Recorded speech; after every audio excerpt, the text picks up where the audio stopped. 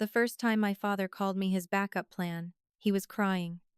Not the polite kind of crying people do when they are embarrassed to be seen falling apart. I mean the kind that sounds like something inside a person has finally broken open. It was 14 inches the morning when my phone lit up on the nightstand, and for a second, I just stared at his name on the screen. Harold Bennett. My father had not called me that late in years. I answered on the fourth ring. Tessa, he said, and his voice cracked so badly I sat straight up in bed. I need you to come. Right now. Your mother fell. There's blood in the bathroom and I can't get her up. I was already reaching for the lamp. Did you call 911? There was a pause. Then, softer, smaller. No, I called you. That told me more than his tears did. My father had spent 30 years treating me like the daughter you keep in reserve. Not the one you celebrate. Not the one you invest in. Not the one you brag about at church or at family dinners. That was my older sister, Caroline. Caroline was the successful one. Caroline was the polished one. Caroline was the daughter my parents said was going places. I was just Tessa, the reliable one, the practical one, the one who would understand. And somehow, in families like mine, understanding always meant going without. I threw on jeans, pulled my hair back, and grabbed my keys. My husband, Dean, pushed himself up on one elbow, his eyes still heavy with sleep. What happened? My mom fell. He was fully awake then. Do you want me to come? I looked at the phone, still glowing in my hand, and thought about all the years I had spent being useful instead of being loved out loud.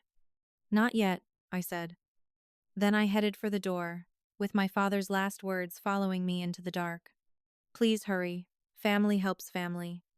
And maybe that sounds noble when people say it. But some of you listening already know this. In certain families, that sentence doesn't mean love. It means they finally ran out of other people to use. If respect matters to you, subscribe. Because stories like this are not about revenge. They're about the moment a person finally sees their own worth. By the time I pulled into my parents' driveway, the porch light was on, the front door was open, and I had no idea that before the week was over, I was going to ask one question that would leave an entire room silent for 47 seconds. When I pushed open the bathroom door, the first thing I saw was the blood. Not a pool, not the kind that belongs in crime shows. Just a dark smear across the tile where my mother had tried to pull herself up and failed. She was sitting on the floor, her back against the cabinet, one hand gripping the edge of the sink like it might float away if she let go. Her gray hair was damp with sweat.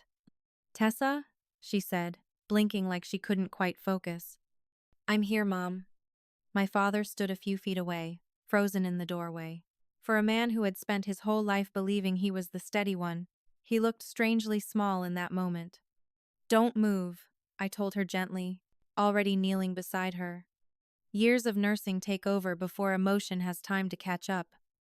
I checked her pulse, her breathing, the angle of her leg.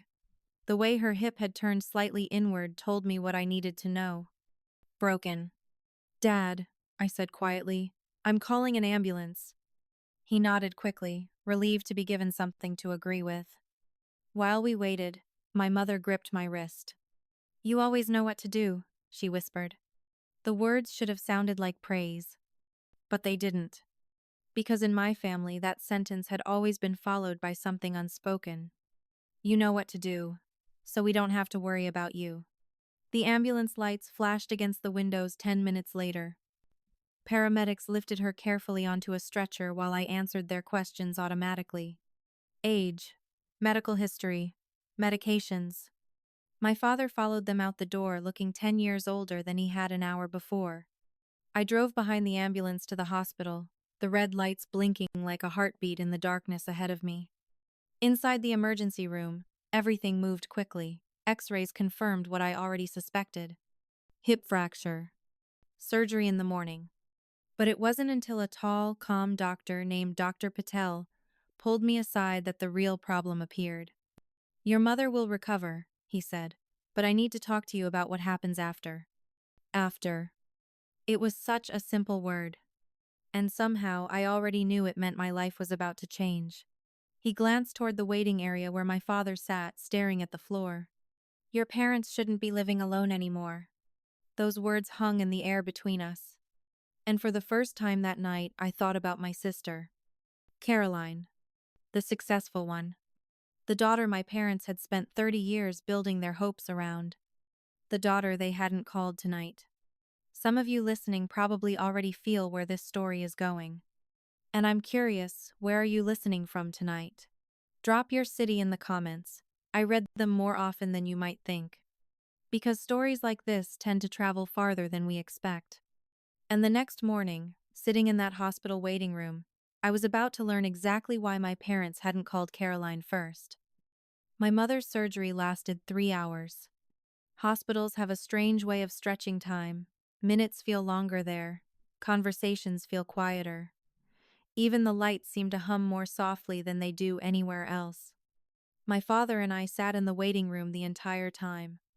He didn't say much, just stared at his hands like they might explain something to him if he looked long enough. Around noon, Dr. Patel came back. The surgery went well, he said. Your wife is stable. My father exhaled so deeply his shoulders dropped a full inch. But the doctor didn't leave. Instead, he pulled a chair closer and sat down in front of us. There's something else we need to talk about. I knew that tone. Nurses hear it all the time.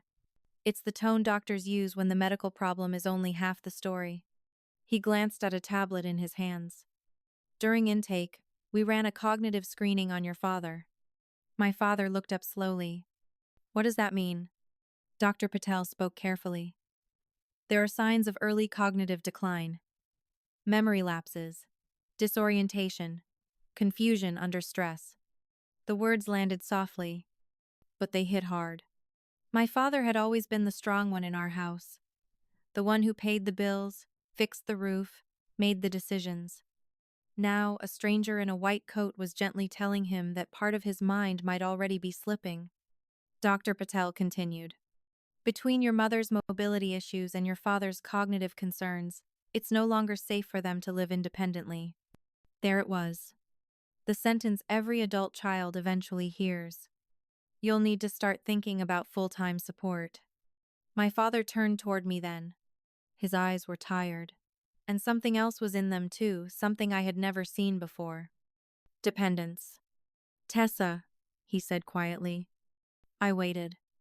You understand this kind of thing better than anyone. Of course I did. I had worked in geriatric care for 15 years. I knew exactly what came next. Medication management. Fall risk monitoring. Daily supervision. Meals. Appointments. Someone always nearby. It wasn't just help. It was a new stage of life. And in families like mine, that stage usually came with one unspoken assumption. That the reliable child would handle it. My father rubbed his face with both hands.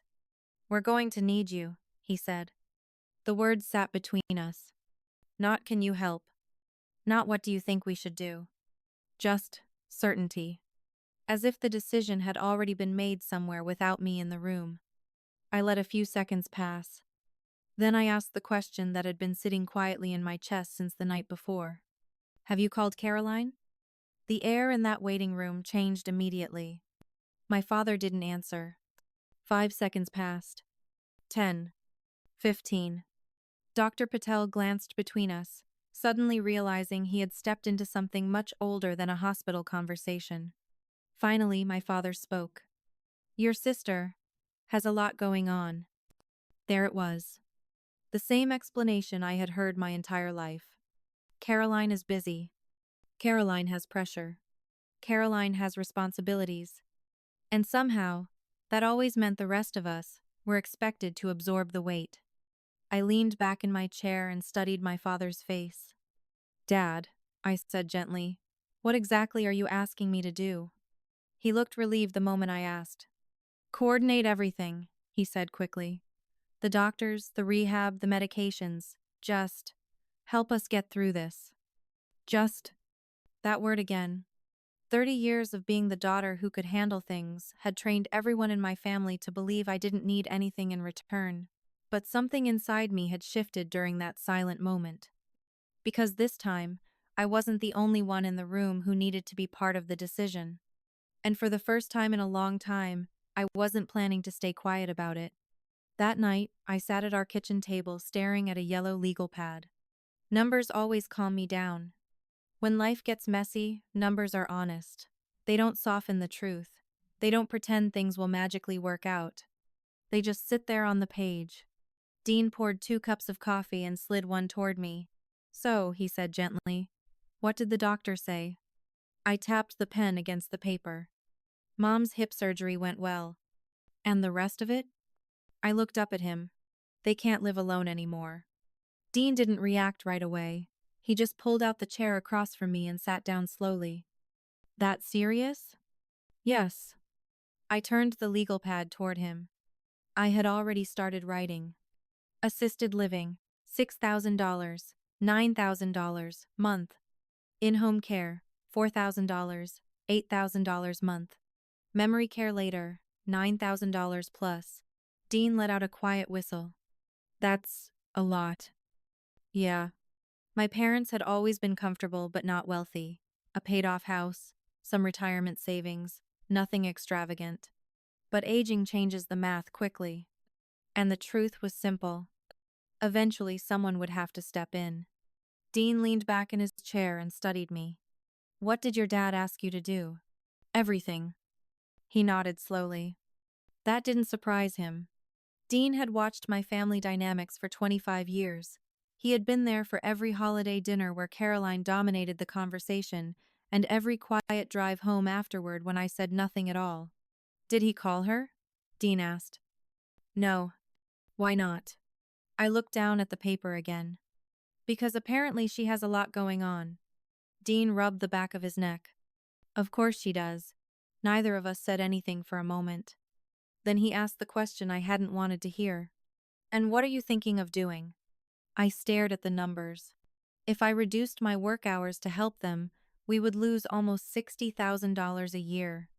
If I quit entirely, even more. But the real cost wasn't just financial. It was time. Energy. The slow disappearance of your own life while you quietly hold someone else's together. Dean reached across the table and placed his rough electrician's hand over mine. "You know I'll support whatever you decide."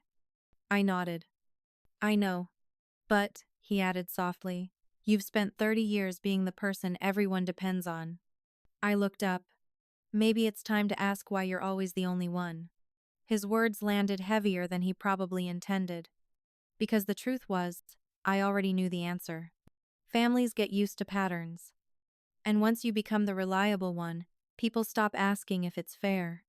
They just assume you'll say yes. I closed the notebook slowly. "I'm going to call Caroline tomorrow." Dean raised an eyebrow. "You sure about that?" "No," I admitted. But for the first time in a long time, I felt something different stirring inside me. Not anger. Not resentment. Something quieter. Clarity.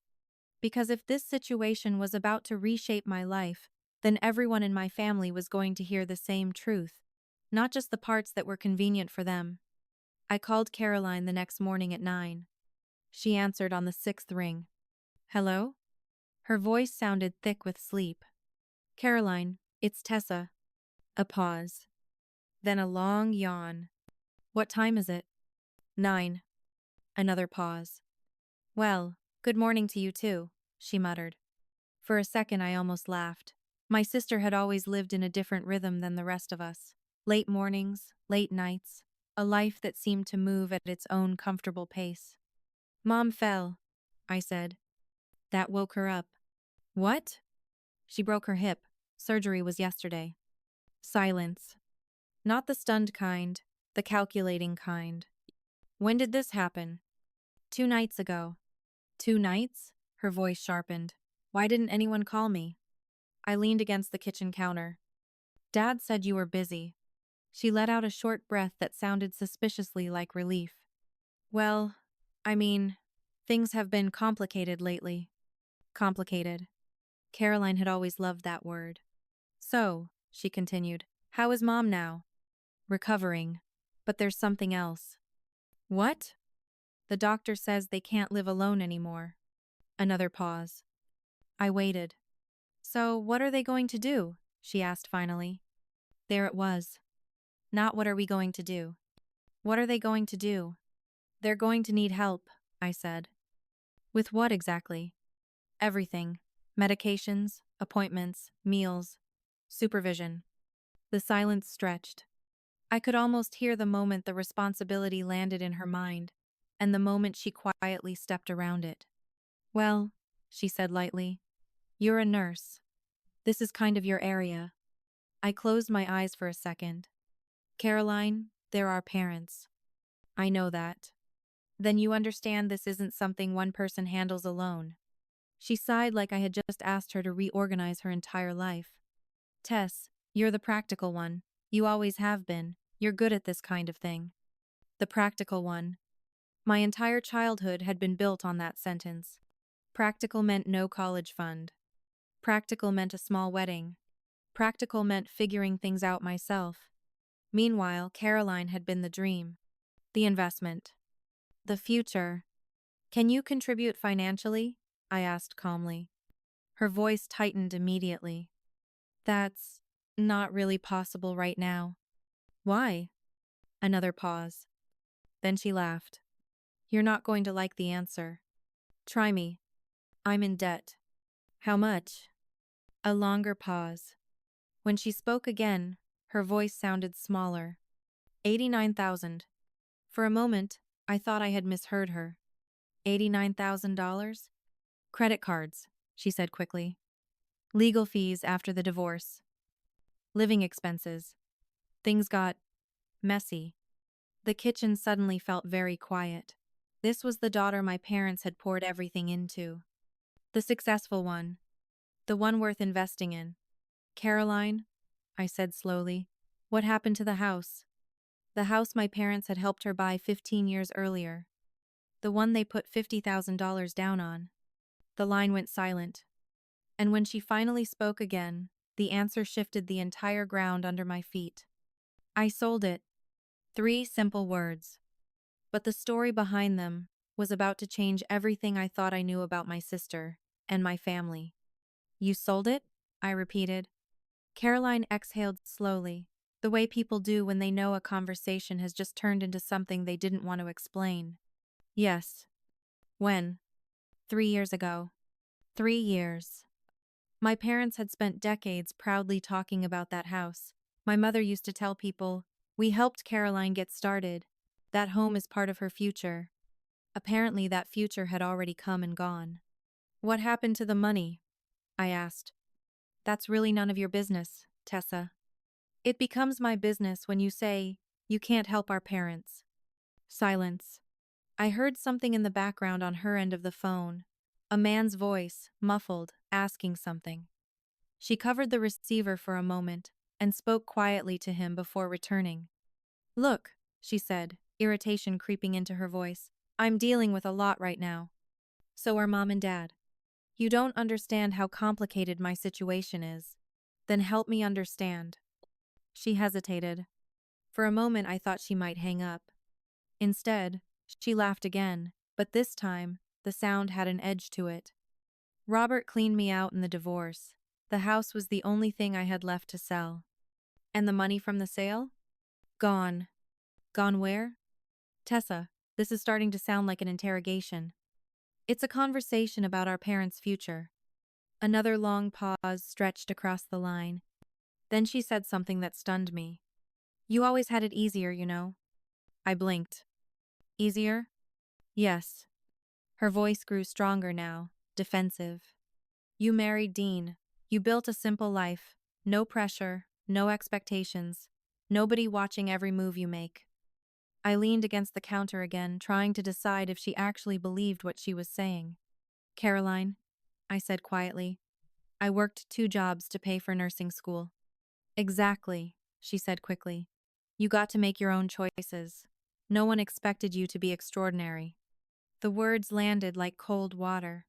For 30 years, I had believed my sister had the easier life. Now she was telling me she had felt trapped by the expectations that came with being the favorite.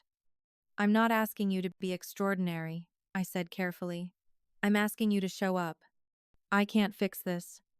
"I'm not asking you to fix it." Same thing. I rubbed my temple.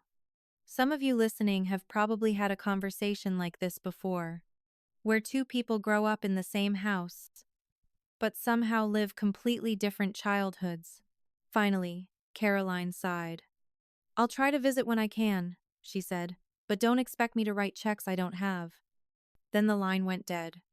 I stood in the kitchen holding the silent phone for a long time, because something about that conversation didn't sit right with me. Not the debt, not the house, something else. A detail that felt unfinished. Later that afternoon, I drove to my parents' house to gather some things for the hospital. Clothes for my dad, my mother's reading glasses, insurance paperwork. The house was quiet when I stepped inside. Too quiet. Without my mother's routines, the place already felt like it was slowly unraveling. I went into my father's study and opened the old metal filing cabinet where he kept their documents. Insurance forms, tax records, bank statements. But as I pushed aside one of the folders, my fingers brushed against something unexpected. A worn leather notebook. My mother's handwriting was on the first page. Two simple words. Family records. I almost put it back. Almost. But curiosity has a way of pulling you forward when something in your life finally stops making sense. So I opened it. And what I saw on the first page made my stomach drop. The first entry was dated 1989, the year Caroline left for college. My mother's handwriting was neat and careful, the same looping script she used for grocery lists and birthday cards. But this wasn't a list for milk and bread. It was a ledger. Caroline University tuition, $40,000. I blinked. Then I turned the page. Caroline graduation gift, vehicle, $12,000. Next page. Caroline wedding contribution, $85,000. My fingers went still. I kept flipping. Each page held more entries. Caroline house, down, payment, $50,000. Caroline emergency loan, $8,000. Caroline credit card assistance, $6,500. Caroline divorce, legal support, $20,000. Line after line. Year after year. My mother had written everything down. Every dollar. Every date. Every reason. 4 full pages were dedicated to my sister. I swallowed slowly and turned the next page. At the top, my name appeared. Tessa wedding gift, $2,000. That was the first line. The second was smaller. Tessa baby shower, $300. Then one more entry. Christmas kitchen appliances, $400. And that was it. Half a page. I stared at the notebook for a long time. Numbers have a strange way of stripping emotion out of a situation. They don't exaggerate. They don't dramatize. They just sit there, telling the truth. So I did what people like me always do when something hurts. I started calculating. Page by page. Entry by entry. By the time I reached the final line, my hands had begun to shake. Caroline emergency request, $15,000. The date was 3 months ago. Underneath it, my mother had written something else. A note in smaller handwriting. Harold says no more. I don't know what to do. I leaned back in my father's chair. Then I did the math. Over 40 years, my parents had given Caroline roughly $342,000. I looked at my half page again. My total. $7,400.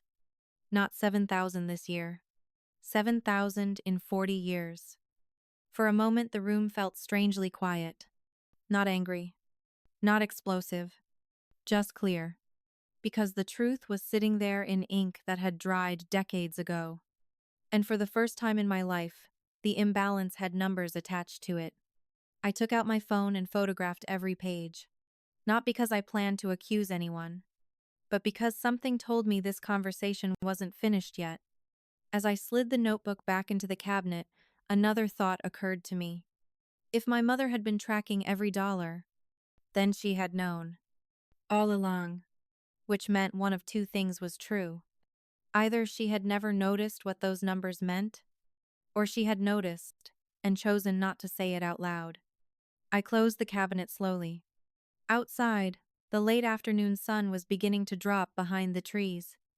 In 2 days, the hospital had scheduled a family meeting before my mother's discharge. Doctors, social workers, care planning, real decisions. And suddenly I knew something with absolute certainty.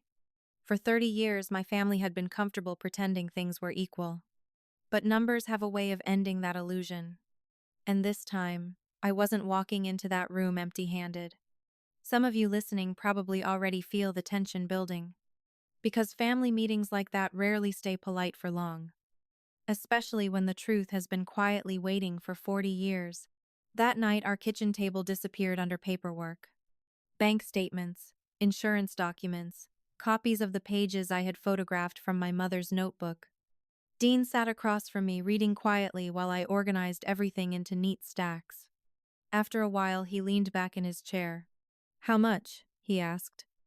I didn't need to ask what he meant. 342,000, I said. Dean blinked. "For Caroline?" I nodded.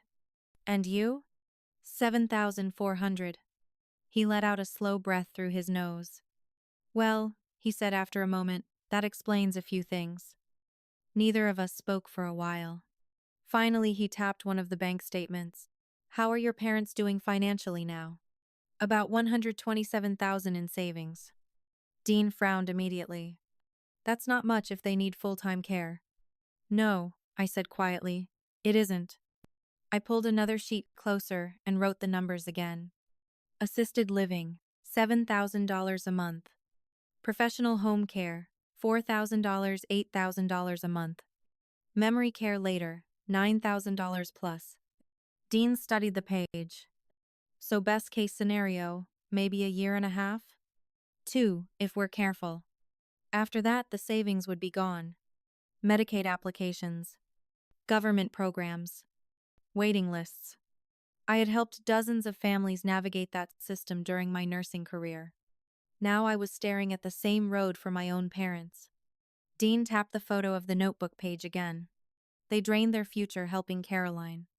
"Yes. And now they're asking you to manage what's left." "Yes." He rubbed the back of his neck. "That's a tough position to be in." I nodded. But strangely, I didn't feel angry. Just focused. "I'm not walking into that hospital meeting unprepared," I said. Dean gave a small approving smile. "I figured." He picked up another sheet. "What's the plan?" "The social worker will ask who's responsible for care coordination." "That's you." "Right." "Then they'll ask about financial contributions." I looked at the numbers again. "That's where things get complicated." Dean leaned forward slightly. "Are you planning to show them the notebook?" I didn't answer right away. Some of you listening probably know this moment well. The moment when you're holding the truth in your hands and deciding whether saying it out loud will fix something or break it forever. "I'm not trying to embarrass anyone," I said finally. Dean nodded. But I'm also not pretending things have been equal." He reached across the table and squeezed my hand. "Good." We sat there quietly for a moment. Then he said something that made me laugh softly. "You know your sister isn't going to like this meeting." "No," I said. "She really isn't." The hospital had scheduled the meeting for Thursday morning at 10. My parents would be there. The doctor. The social worker. And, if she bothered to show up, Caroline. I stacked the papers neatly into a folder. Because whether my sister realized it yet or not, Thursday morning was going to be the first time in 30 years that our family actually looked at the numbers. And numbers don't care about anyone's feelings. Thursday morning arrived faster than I expected. Hospital conference rooms always look the same: neutral walls, fluorescent lights, a long table surrounded by uncomfortable chairs. The kind of room designed for decisions no one really wants to make. Dean came with me. He didn't say much during the drive, but when we parked, he reached over and squeezed my hand. "You don't have to carry this alone," he said. I nodded. Inside the room, my parents were already there. My mother sat in a wheelchair, her hospital blanket tucked carefully over her legs. She looked smaller somehow, like the surgery had taken a piece of her strength with it. My father sat beside her, staring at the floor. Dr. Patel arrived a moment later, carrying a thick folder. Behind him came the hospital social worker, Rachel Morgan, a calm woman in her 40s with kind eyes and a clipboard. "Thank you all for coming," she said as she took her seat. Then the television screen mounted on the wall flickered to life. Caroline appeared on video. Perfect makeup, hair styled. Sitting in what looked like a beautifully decorated living room. A man stood behind her, half visible in the background. Her new husband, I assumed. "Can everyone hear me?" she asked. "Loud and clear," Rachel said. The meeting began the way these meetings always do. Medical facts first. "Doctor." Patel explained my mother's surgery, the rehabilitation timeline, the risks of future falls. Then he addressed my father. "We also need to monitor Harold's cognitive symptoms," he said carefully. "There are early signs of memory decline." My father nodded without speaking. Finally, Rachel folded her hands. "So the next step," she said, "is deciding how care will be managed once Mrs. Bennett is discharged." Her eyes moved around the room. "This usually involves both practical and financial planning." Caroline spoke first. "I just want to say," she began sweetly, "that I love my parents very much." I felt Dean shift slightly beside me. "But," Caroline continued, "Brandon and I are in a really difficult financial period right now." "Of course." She leaned closer to the camera. "We're rebuilding after my divorce. Starting over isn't easy." Rachel nodded politely. "I understand." Then Caroline added the sentence that had been hovering over this entire situation. "But thankfully, Tessa has a lot of experience with elder care." She smiled at the screen. "This is literally her field." My father nodded immediately. "That's true," he said. "And she's always been the reliable one." There it was again. Reliable. The word that had quietly shaped my entire role in this family. Rachel turned to me. "And what are your thoughts, Tessa?" Before I could answer, Caroline spoke again. "Oh, she'll handle it," she said lightly. "Tessa's always been great with the unglamorous stuff." The unglamorous stuff. 30 years of my life summarized in 4 words. I felt Dean's knee pressed gently against mine under the table. A silent reminder. Breathe.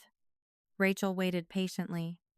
"So, Tessa," she said again, "how do you see the care plan working?" I opened the folder on the table in front of me.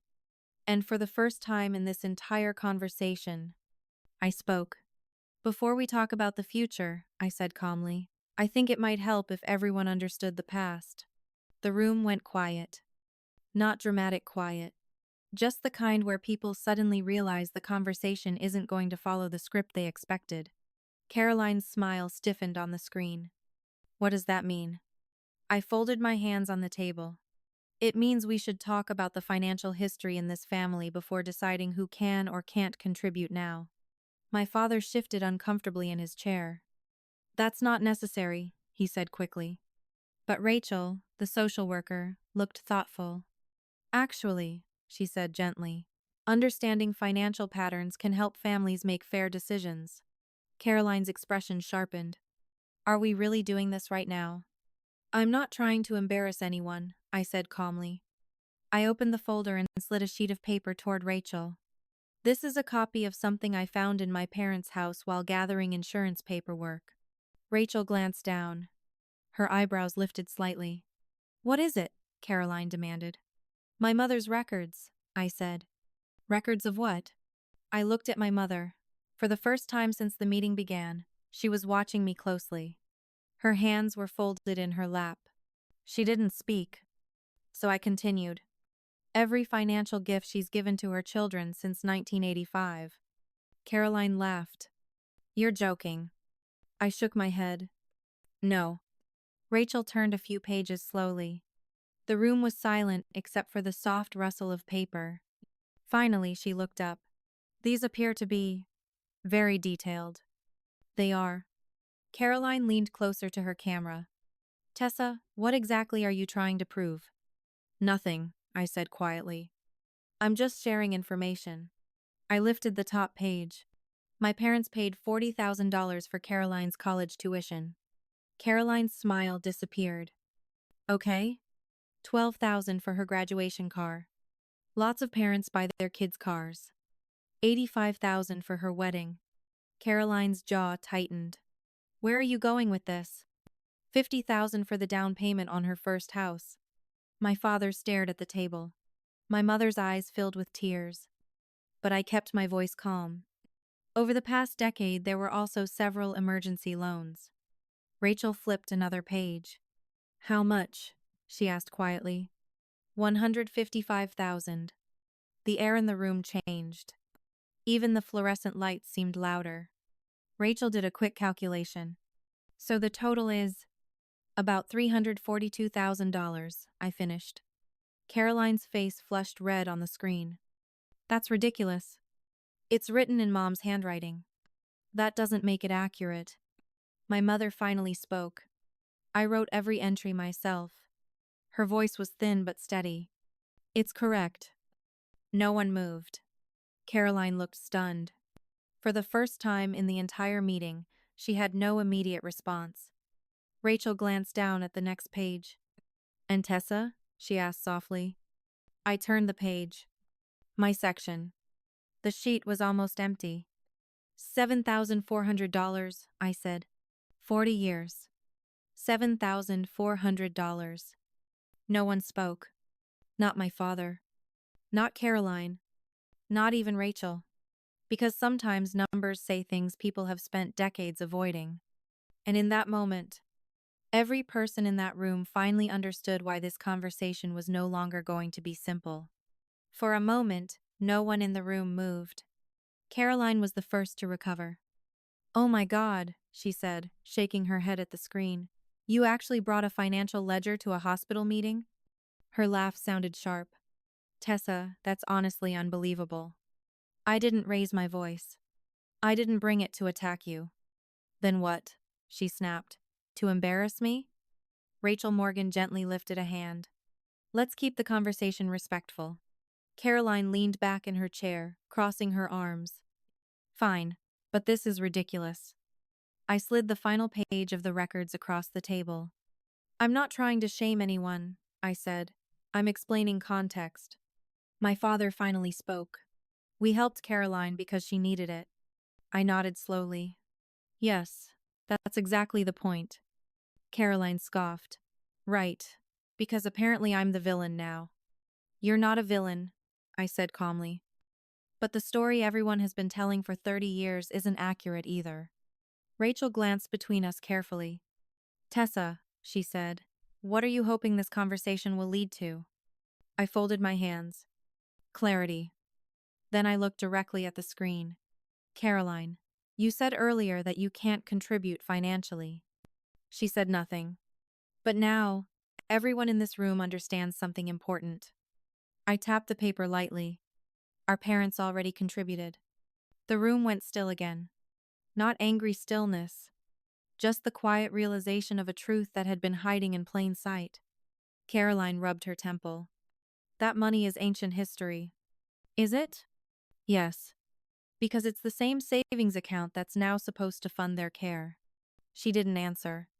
Dr. Patel cleared his throat slightly. Rachel stepped in again, steering the conversation back toward practical decisions. Let's focus on next steps, she said. She placed a document on the table. With their current medical needs, the estimated cost of assisted living will be around $7,200 per month. My father inhaled sharply. Rachel continued. Their savings will cover part of that, but not indefinitely. She looked at me. You mentioned earlier you might be able to contribute? Yes. My father turned toward me. You would do that? I nodded. Dean and I talked about it. I took a breath. We're willing to contribute $1,500 a month. My father's eyes widened. Caroline leaned toward the camera again. That's not necessary. It's not about necessity, I said. It's about responsibility. Then I paused. Because the next sentence mattered. But I'm not doing this alone. Caroline stared at the screen. What does that mean? It means I'm happy to help coordinate their care. I met her eyes through the camera. But you also need to contribute.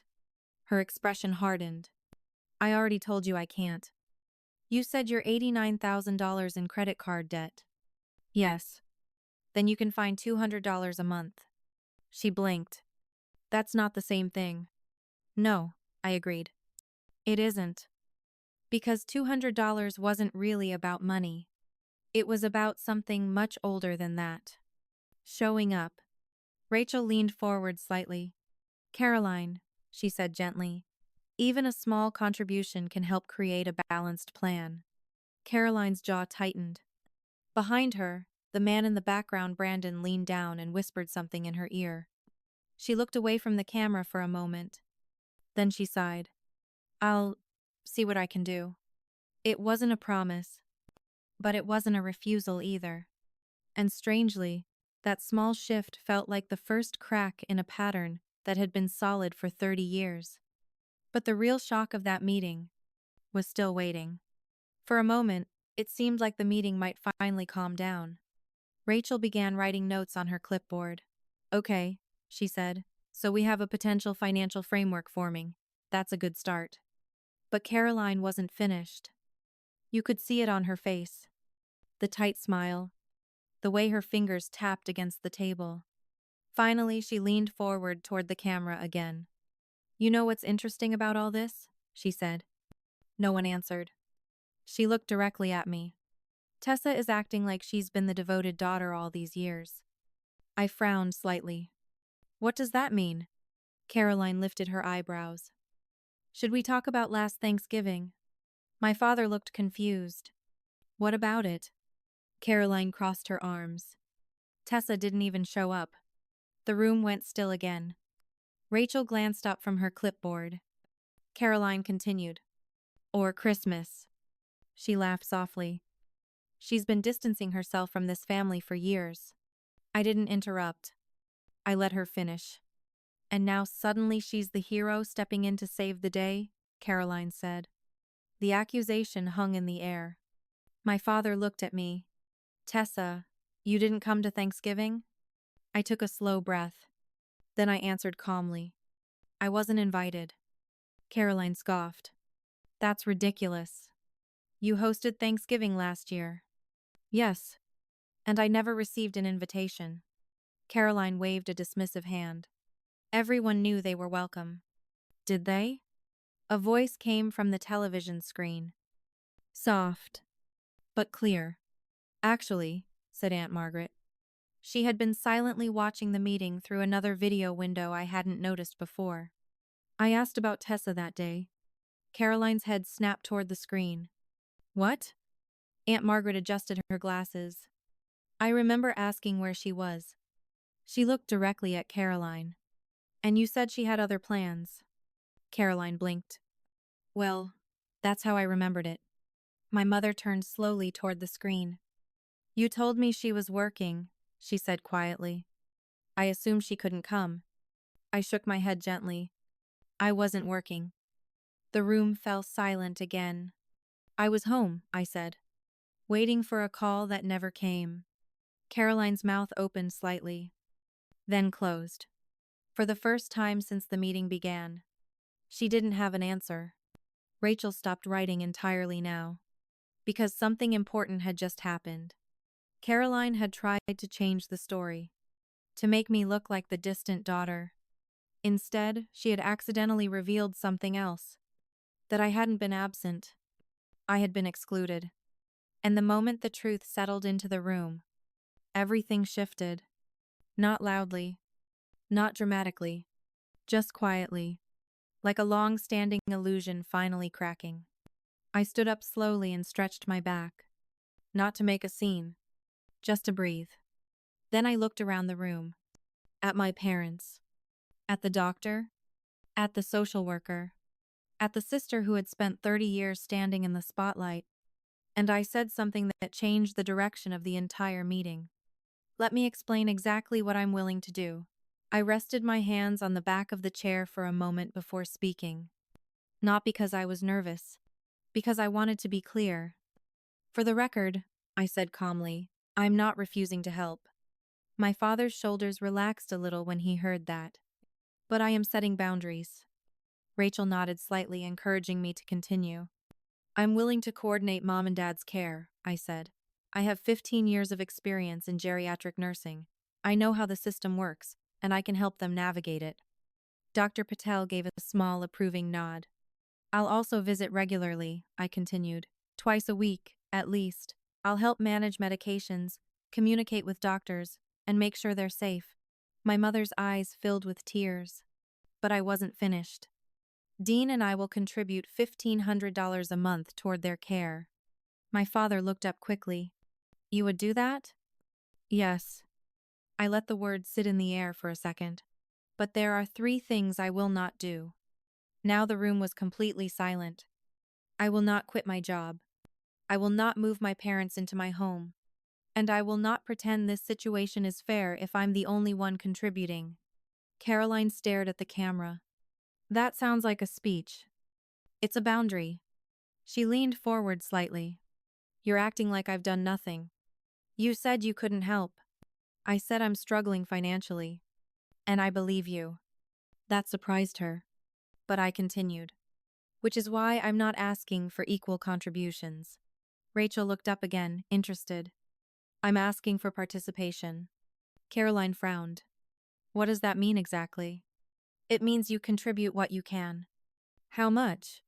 $200 a month. Her eyes widened. You're serious? Yes. That's ridiculous. No, I said calmly.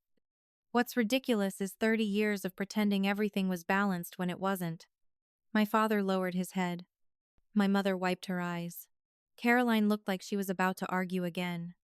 But this time, Rachel spoke first. From a care planning perspective, she said gently, shared responsibility tends to produce the best long-term outcomes. Caroline glanced behind her. Brandon leaned down and whispered something again.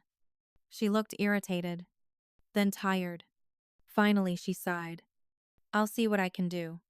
It wasn't enthusiastic. It wasn't generous. But it was the first time in my life my sister had even considered sharing the weight. And strangely, that moment didn't feel like victory. It felt like something quieter, like the start of a different kind of conversation. But then my father spoke, his voice rough with something that sounded almost like regret. We didn't realize it had become this unequal. I turned toward him slowly.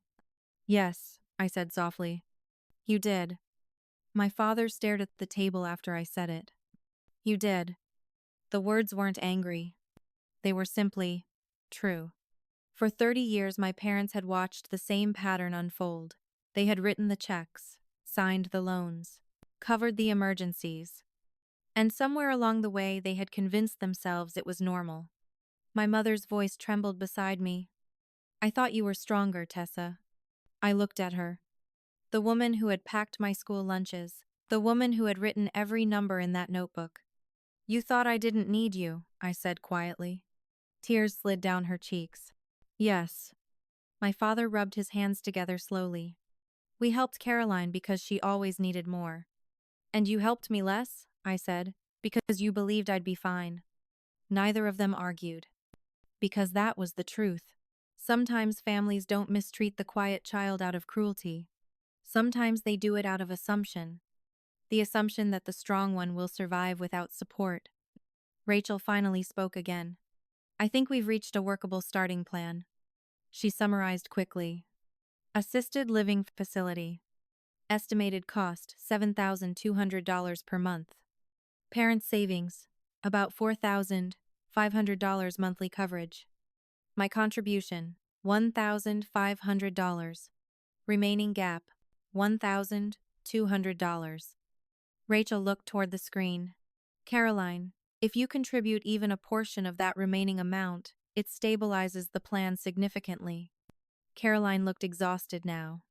Brandon spoke quietly behind her. She rubbed her forehead. Then finally she said it. I'll send $1,200 a month.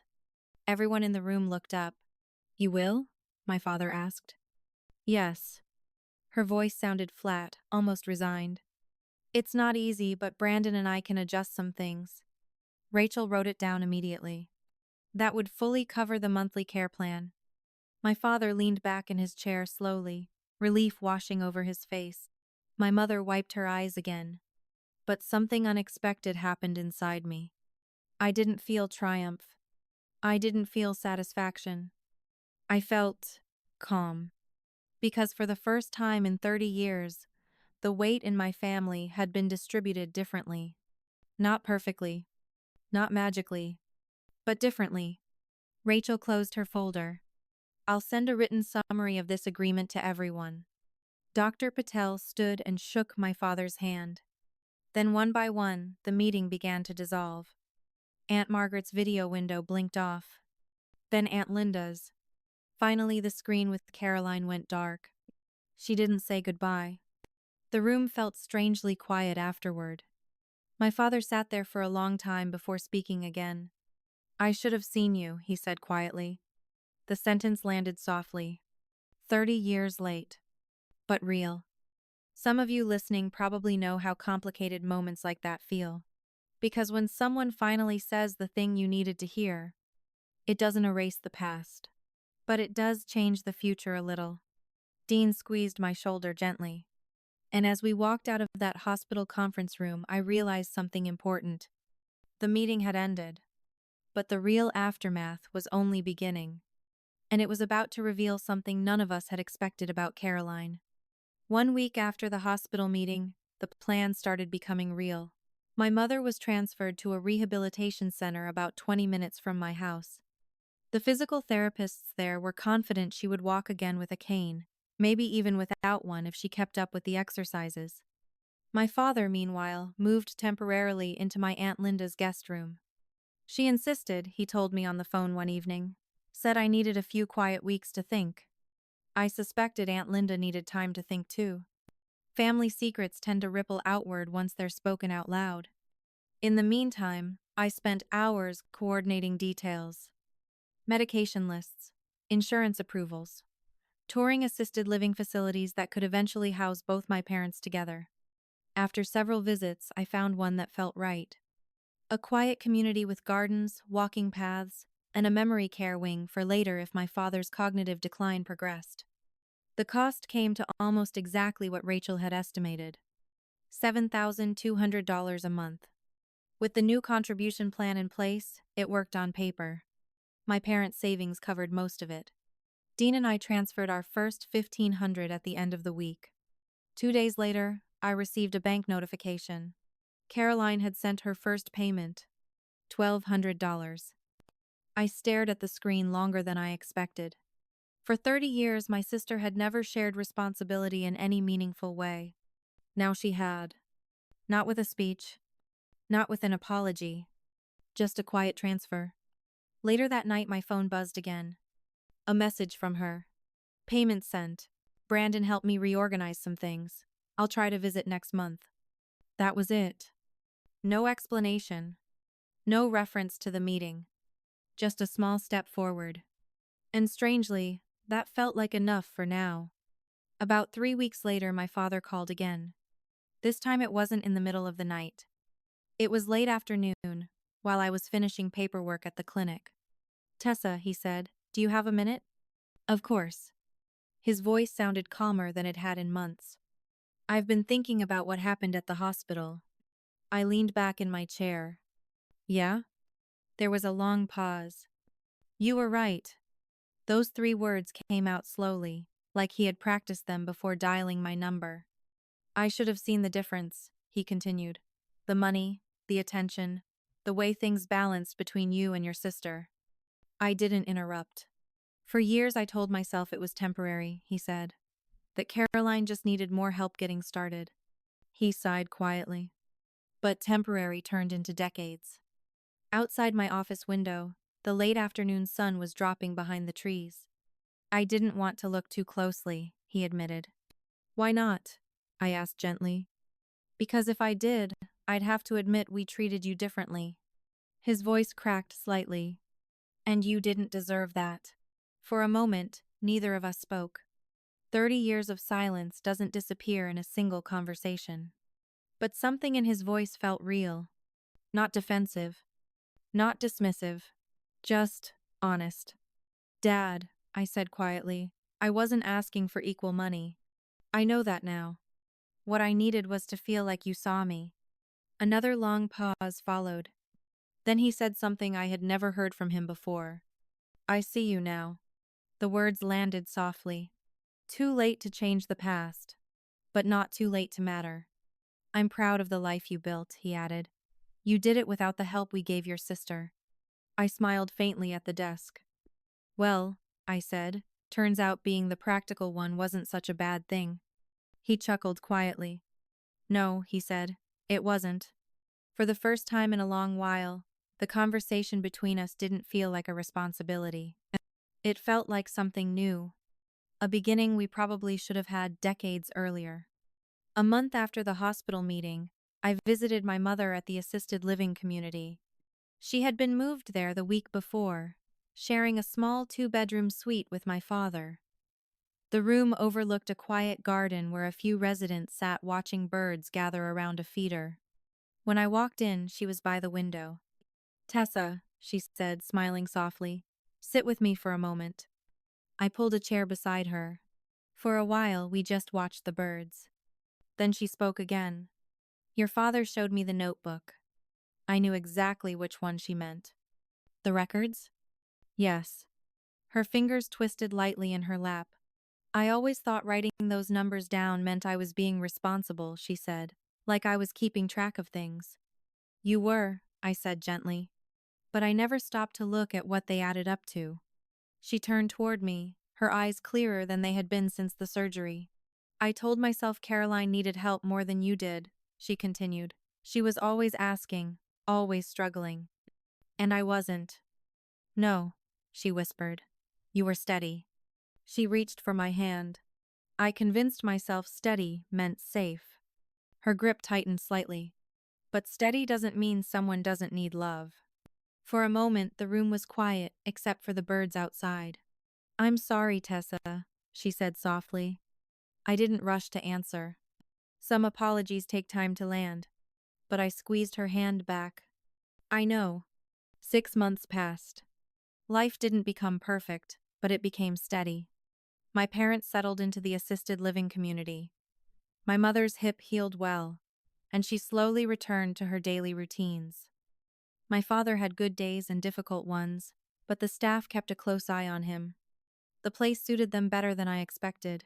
They had neighbors to talk to, small activities during the day, and nurses who understood their needs. The financial plan we agreed on continued to hold. Every month, Dean and I transferred our $1,500. And every month, Caroline sent her $1,200. She never missed a payment. She visited twice during those 6 months. The visits were brief and slightly awkward, but she came. She sat with our parents, asked about their health, and stayed long enough for dinner in the facility's dining room. Our relationship didn't suddenly become warm. We didn't call each other often. But when we did speak, the conversations were calmer than they had been in years. Something between us had shifted after that hospital meeting. Not forgiveness. Not reconciliation. Just a quieter understanding. For the first time in our lives, we were both showing up, even if we were still learning how to be sisters again. One warm afternoon in early summer, my father asked if we could sit outside. The assisted living garden had a small wooden bench beneath a maple tree. We watched clouds drift slowly across the sky while other residents walked along the paved paths nearby. After a while, he spoke. I used to think I was investing in the family's future, he said. I glanced at him. What do you mean? Caroline, he replied. Her education, her opportunities. I believed if she succeeded, she'd take care of all of us someday. He gave a small, tired smile. I put everything into one place. And forgot the other, I said gently. He nodded. I told myself you didn't need help because you were strong. The breeze moved quietly through the leaves above us. But strength isn't the same as not needing support, he added. No, I agreed. For a few minutes, we just sat there. Then he looked at me again. You turned out to be the better investment, he said quietly. I shook my head. I wasn't an investment, Dad. He considered that. No, he said after a moment. You were the one we should have believed in all along. It wasn't a perfect apology, but it was honest. And sometimes honesty arrives late but still manages to matter. Late that summer, Dean and I were sitting on our back porch, watching the fireflies drift through the yard. The house was quiet. Our daughter had called earlier from Chicago, telling us about her new job and the apartment she'd finally finished decorating. After the call ended, Dean grilled dinner while I made my mother's old potato salad recipe. It felt like an ordinary evening. And maybe that was the biggest change of all. For 30 years, a question had followed me quietly through life. Why wasn't I enough? I used to think the answer lived somewhere inside my parents' choices, inside the comparisons they made between me and Caroline. But sitting there that night, watching the fireflies blink on and off in the dark, I realized something. The question had simply stopped mattering. Not because everything was repaired, not because the past had disappeared, but because I had finally stopped measuring my worth through someone else's expectations.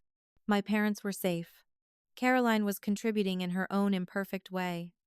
And my life, the one Dean and I had built piece by piece, was still standing. Dean reached over and squeezed my hand. You look lighter, he said. Maybe I am. Sometimes being the reliable one isn't a burden. Sometimes it's just proof that you learned how to stand on your own. And once you see that clearly, something inside you becomes very quiet. Not invisible, just finally at peace.